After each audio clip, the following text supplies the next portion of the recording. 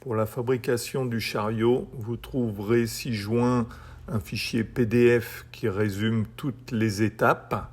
Je vous ai organisé ça en 5 étapes principales. La première, c'est l'assemblage de la plateforme. La deuxième, c'est l'assemblage de l'essieu. En troisième étape, vous aurez la finition de la plateforme. Et en quatrième étape, les finitions spécifiques. En étape 5, je vous ai mis les accessoires possibles. La nomenclature qui est dans le fichier PDF indique le type de pièce, nombre de pièces et dimension des pièces. Avant d'attaquer la fabrication, il faut se rappeler que les dimensions données sont pour un grand et lourd sac et un individu d'1,85 m.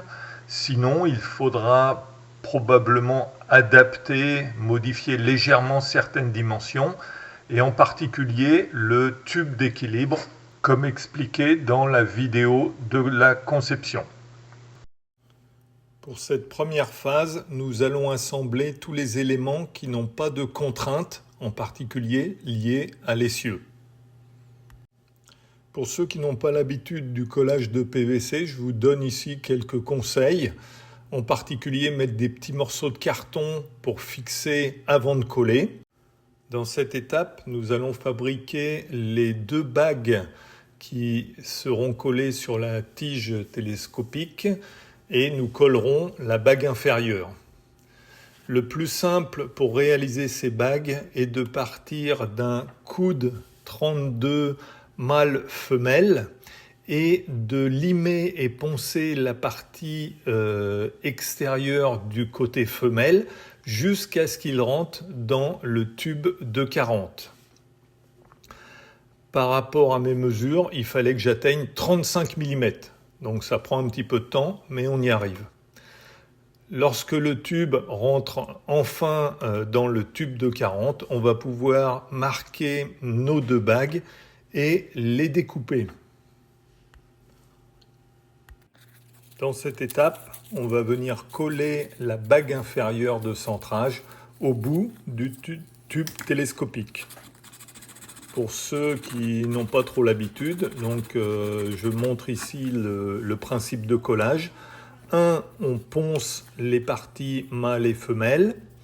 2. On essuie avec un chiffon et de l'acétone. 3. On applique de la colle sur les 2 parties mâles et femelles. 4. On insère les 2 parties sans les tourner. Et 5, on va venir nettoyer avec le chiffon et de l'acétone les résidus de colle. Dans cette deuxième étape, nous allons coller la 2e bague comme bague de butée de la tige télescopique. Et cette bague-là va être collée à 25 cm environ de la première bague et pas 21 cm comme on le voit sur cette vidéo, parce que je m'étais pris la tête à vouloir coller la bague à l'intérieur du tube de 40, mais c'est très difficile et ça ne sert à rien.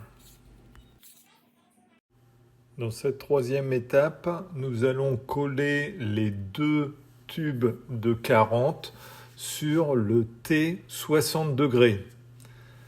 Sur cette vidéo, on voit que j'utilisais un T 90 degrés.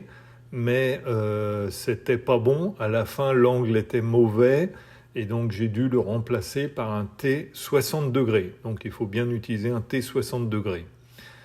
Avant de procéder au collage, on va vérifier que la tige télescopique avec ces 2 bagues passe bien à travers le T 60 degrés. Car il arrive qu'il y a des bavures et s'il y a des bavures, il faudra à tout prix les enlever pour être sûr que la tige télescopique puisse circuler à travers le T 60 degrés. Juste après le collage, on va également enlever tout résidu de colle à l'intérieur du T 60 degrés pour permettre la bonne circulation de la tige télescopique avec ses bagues. Surtout ne pas laisser sécher l'intérieur et que ça bloque la tige télescopique. Dans cette quatrième étape, nous allons coller les tubes 32 qui sont les poignées supérieures dans leur coude 32.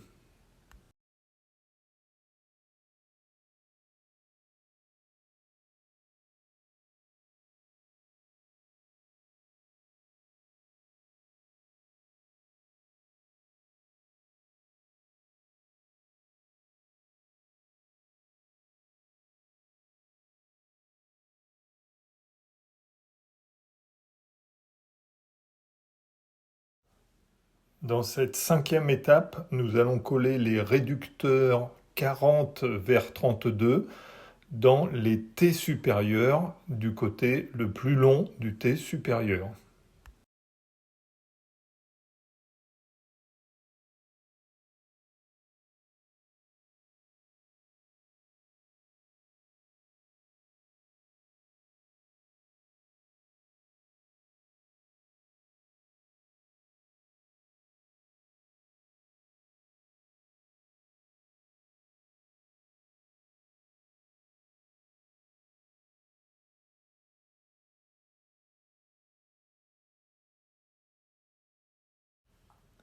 Dans cette sixième étape, nous allons réaliser la traverse inférieure en collant deux petits tubes dans le T inférieur central.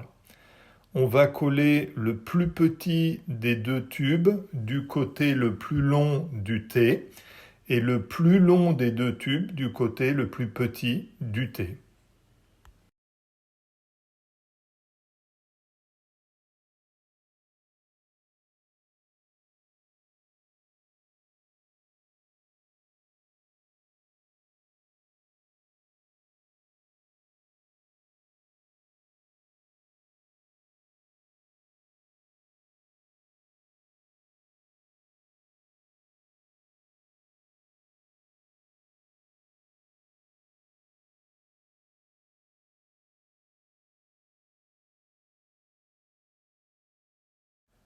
Dans cette septième étape, nous allons réaliser le renvoi inférieur en collant les tubes 40 dans leur coude 40.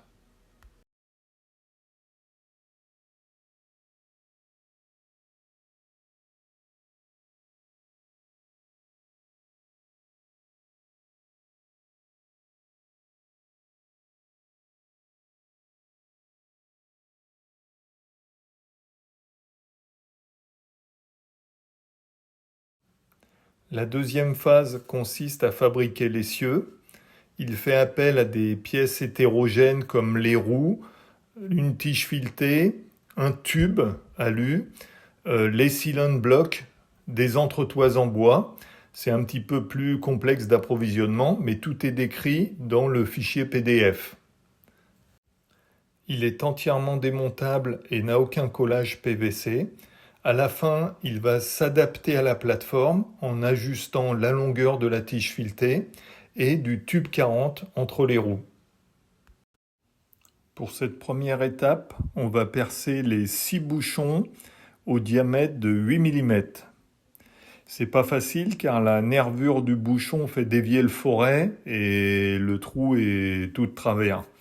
Moi, ce que j'ai trouvé, c'est de marquer le centre de la nervure et de percer un premier trou à 2 mm. Ensuite, avec une fraise, de casser la nervure en faisant tourner la fraise, puis percer de l'autre côté à 6 mm, pencher le foret pour casser la nervure et finir en perçant de l'autre côté à 8 mm.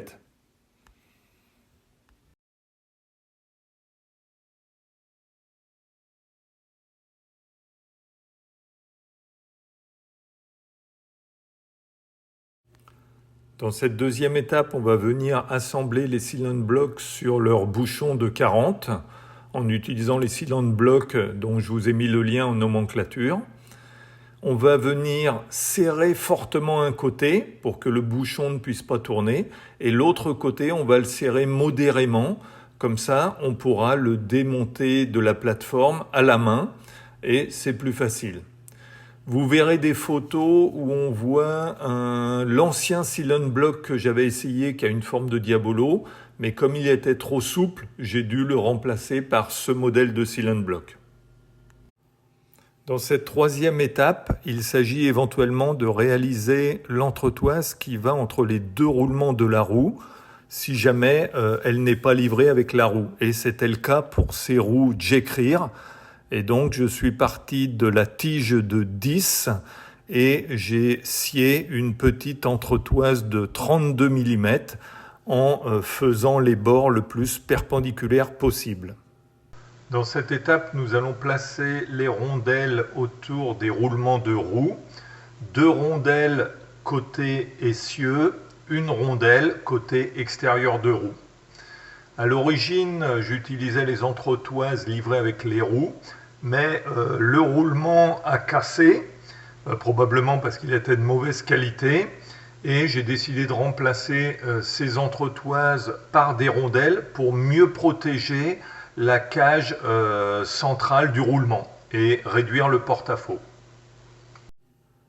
Pour l'étape 5, il va falloir faire rentrer notre cylindre de bois qui fait 35 mm dans le T de 40.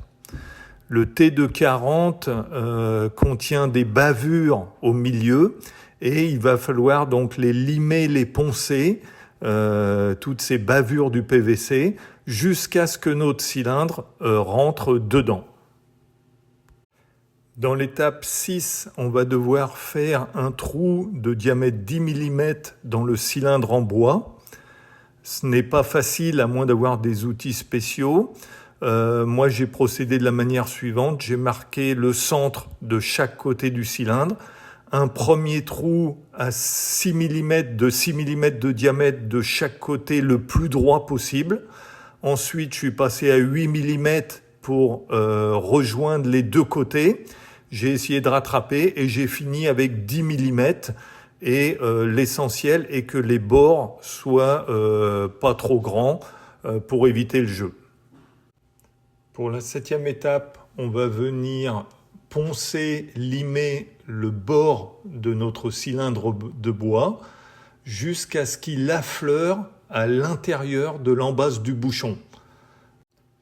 Pour cette 8e étape plus minutieuse, nous allons réaliser l'entretoise métallique qui va à l'intérieur de la tige de bois. L'objectif, c'est que cette entretoise soit légèrement plus grande que la tige de bois lorsque tout est en place du côté du bouchon.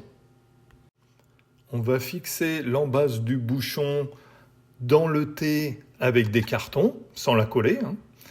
Ensuite, on va insérer notre cylindre de bois jusqu'en butée de cette embase de bouchon. On va ensuite insérer l'entretoise métallique de 10 mm avec sa tige filetée à l'intérieur.